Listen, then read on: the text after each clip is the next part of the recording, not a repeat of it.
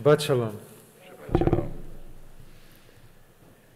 I remember once witnessing a very heated Facebook argument between two of my rabbinical school classmates, and it was in the weeks before Purim, and it was all about Amalek. And one of them had referred to a situation in the Israeli-Palestinian conflict and said, that was Amalek. And the other said, how can you say that this is Amalek?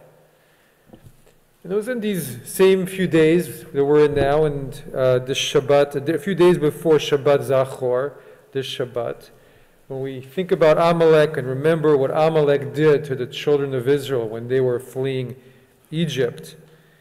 And Amalek is a very serious thing.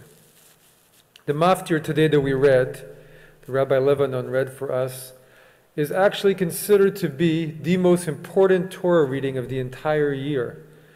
It's one that you're supposed to hear because it's commanded directly in the Torah. Remember Amalek. How do you remember Amalek? By reading that Maftir. And so who are Amalek? Amalek were those who we are commanded to be at war with them, b'chol dor, throughout every generation. Because they attacked the children of Israel when we were at our weakest and most vulnerable. They attacked the rear, we were famished and weary. And they were pitiless, just pure evil, just went after other human beings to kill. And as we saw in the Haftarah, God commands King Saul to destroy Amalek. And so Amalek has come to symbolize evil that is so bad it cannot be atoned for. And why is it before Purim? Because we have from the Megillat Esther that Haman was an Agagite. He was from Amalek. And so he plotted to kill all the Jews just because Mordechai would not bow down to him. And he was just moved by jealousy and horrible hate. And that was an expression of Amalek. And what happened to us during the Second World War? That was Amalek. And Amalek are those specifically on one hand who want to destroy the Jewish people. And they're not all that different, whether now or thousands of years ago. What does Haman say to King Achashverosh? There is one people who set themselves apart from all others. That was 3,000 years ago almost. But on the other hand, it's not only about the Jews. Amalek transcends just those who are trying to come after us. And it's even beyond a specific person, even though Haman is from Amalek as an Agagite. On another level, our tradition sees Amalek as not being a person, but rather, what is Amalek? It's a force that human beings and nations open the door to come in within their thoughts and their words, and ultimately, and most grievously, their deeds. But the Amalek is considered to be at its source a part of all human beings. It's that part of us that seethes with anger when we're dishonored and with fear that we will be exposed. That smallest part of every human being that turns away from all humanity and from all of our aspirations and just says, well, the world is just random. It's a lottery anyway, a pur, as Purim is called, why we call Purim by its name. Pur means lottery in Hebrew. And especially when we completely let it in. And it takes us away from seeing human beings and as lesser. And we begin to lose our respect for life and humanity.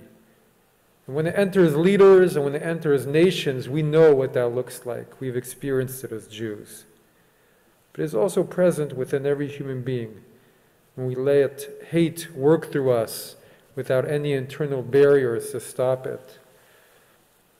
And Amalek is that most concrete, most base instinct within a human being.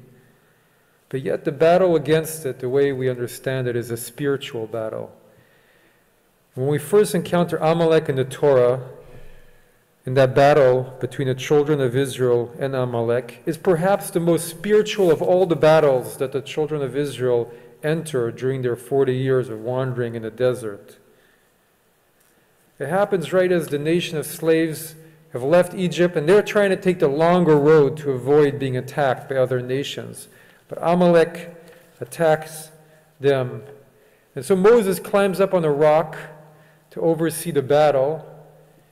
And on each side of him are Aaron, on one side his brother, on the other side is Hur, who must have been someone of note. The Midrash posits that it was the spouse of Miriam. And they held up his arms. They held up Moses' arms. And while his arms were lifted, they won the war led by Joshua against Amalek.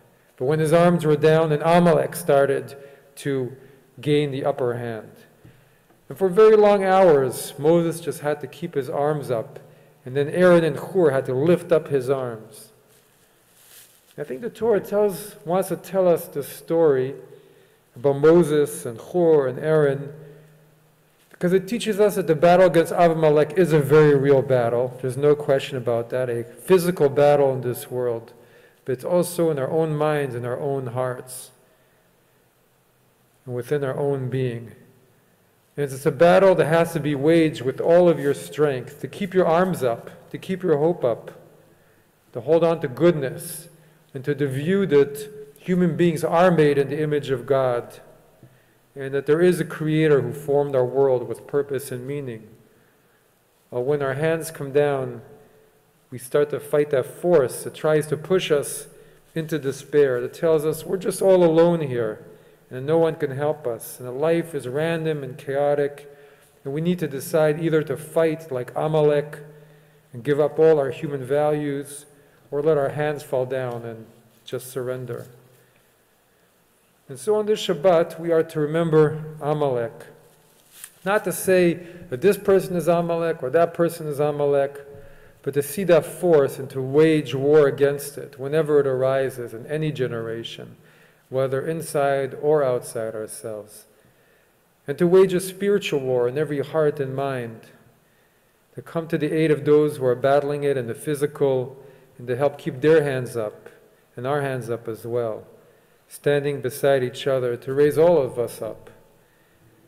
And hoping and praying that although Amalek is powerful and present in every human being, it is very, very rare when truly the floodgates are open to let it completely in.